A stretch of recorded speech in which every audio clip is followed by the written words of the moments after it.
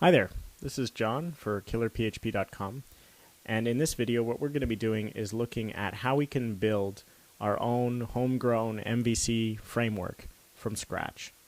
We're going to be doing this with the help of PHP 5.3, and we're going to be building on some of the skills that we developed in the last video where we did some dynamic assignment of variable data and also looked at namespaces.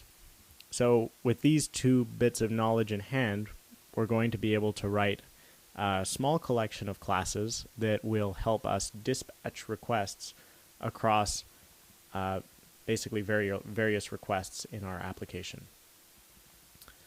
Now, to do this effectively, before we get too far into this, you'll notice I have this test.php file that I had from the last video, and I'm just going to delete that, and we're going to be writing our own controllers in this set, so you need not worry.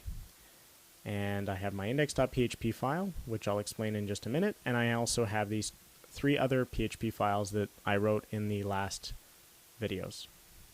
So the user.php file extends model abstract, and model abstract is an abstract class that we defined. In other words, it's a father or a parent class to user. And what model abstract does is it has this magic method called call.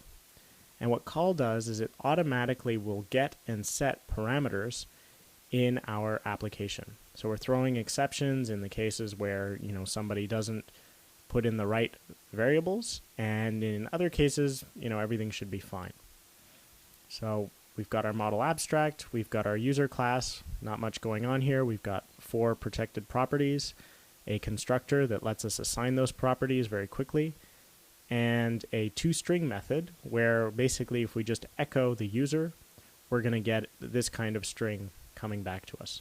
So in the last video we looked at how we could create these magic methods, whether it's construct or toString or call. And in the group object we have even less code. We just have 3 protected properties: users, name, and access level. So you could imagine that there's some kind of relationship between the group and the users, and all of this is easily defined using these magic methods. So down here you can see that I've created 2 instances of the user class, John and Emily, and then I'm simply passing them into an admin group as an array using the magic methods that we defined, with starting with set and so on and so forth. So to get things moving, we're going to have to start by actually creating a special file on our computer, which is a htaccess file. Now, the htaccess file is special because what it does is it basically lets us route requests to the same file. Now, typically there's a one-to-one correspondence between, let's say you've got this index.php file. If I create a new file and I say, I don't know, h1 hello.php, and I hit save, and I go back to my public folder here, and I call this hello.php. If I go back to Firefox and I go to hello.php, then I get hello.php, which isn't too surprising because there's a one-to-one correspondence between what you're seeing in the URI, basically what the URL is, and the files that are being served up by Apache in this case. Now we want to change that. We want to essentially parse the URI. The URI is a fancy way of saying URL. A URL is basically anything that starts with http:// and a URI is a more generic address. So it could be HTTPS, it could be FTP, or any kind of other address in that same sort of format. So a URI can be parsed, and from there we can actually dispatch different classes that'll handle or control that request. And that's exactly what a controller does, is it takes the request for a particular page and it figures out which classes need to be loaded, and then it figures out which methods need to fire to render that page. This is all going with the whole MVC framework that we were talking about in the last video. So In order to do this effectively, we need to start off by creating an htaccess file. Now, this might be a little tricky on a Mac, because on a Mac, when you want to create a hidden file, and that's what an htaccess file is, unfortunately, you need to use the command line. There are easier ways of doing it, but they generally end up with you configuring your computer a little differently, and that can be a little annoying. So the simplest thing to do is just to open up your command line.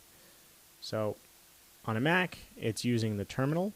On a PC, you might not have to do this, and I'm sure you can find some notes online about creating your own htaccess file.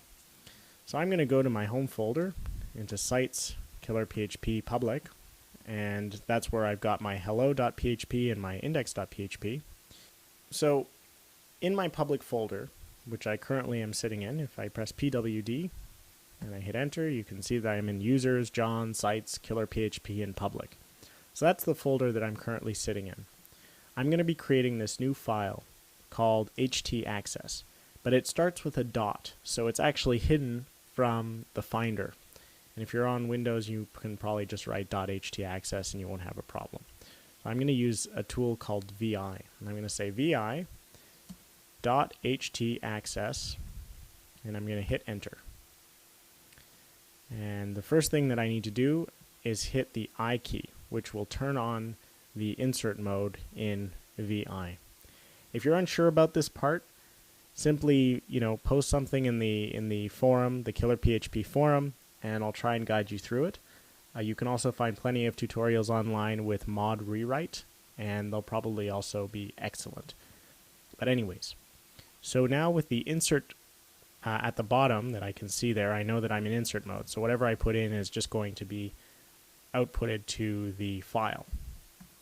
So I'm going to type some stuff here, and the mod rewrite stuff is a little complicated, so it's probably best, I'm going to try and explain it as simply as possible. But basically what mod rewrite does is it allows you to rewrite how the web server is going to translate that request into the files that are loaded. So we basically want to tell Apache, which is our web server, that any request going to our site is going to go to index.php. It doesn't matter how complex it is. It doesn't matter if it's got all sorts of slashes and subfolders or what have you. It's always going to go to index.php. So the first thing I need to do is turn on the rewrite engine. And then I need to set some conditions.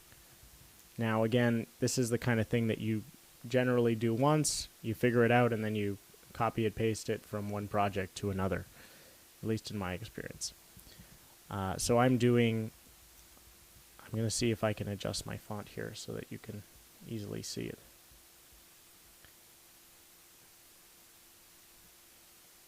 That's a little better. Okay, so you can see that I've got a %, open bracket, request, file name. So that's the file name. And then we'll do an s-s, and then or. So you can see it's almost like a programming language. We're going to do rewrite condition, %, again, curly brace, file name, -l, or, I'm going to explain this in just a second, but bear with me. Rewrite condition, %, request, file name, close curly brace, -d. So these are the conditions that we want to deal with where you're requesting a file name, whether I think it's through a symlink or directly or what have you. And now we're going to specify what that rule is. So the first, and these rules come in a certain order, so it's important to respect that order. Rewrite rule, well, we're going to open this with the hat, dot star, and then the hat, and then the $, and do a dash, and then NC and L, and these are flags that we're setting.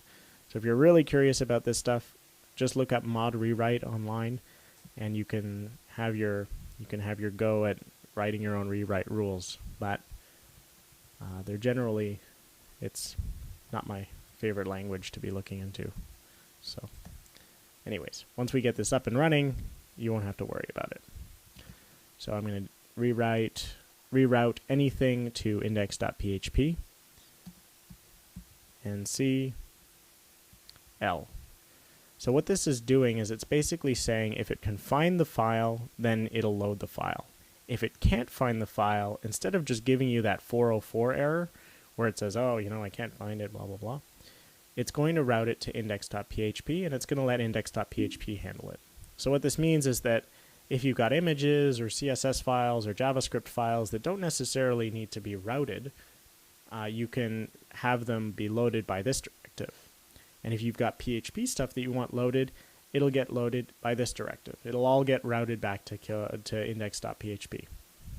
So now I'm going to hit the colon, and you'll see at the bottom here that there's now 2 dots at the bottom. And I'm going to do W, which means write. Hit enter, and I should see something like .htaccess new written. And then I'm going to do colon, which puts us in command mode, and then Q. And hit enter. And we should be back at the command line. Now if I did this properly, nothing should change. If I refresh this, this still goes to hello.php.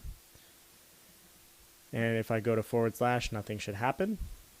So let's just go to our index, and then let's just echo let's say we echo one of our users.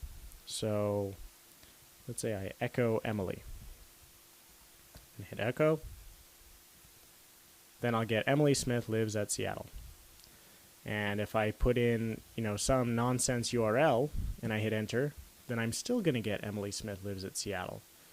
Whereas if I go back to my htaccess file and I comment out this line just by putting a pound at the beginning and hit write, then this is going to say object not found, error 404, I can't find it, talk to your webmaster.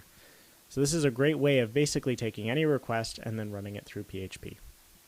So I'm just going to go back here, and I'm going to go back to insert mode, delete that #, hit W, hit Q, and close the terminal. We don't need to think about it again. Okay, so now that we have this, we can start dispatching requests. And that's what we're going to be looking at in the next video. Thanks for listening.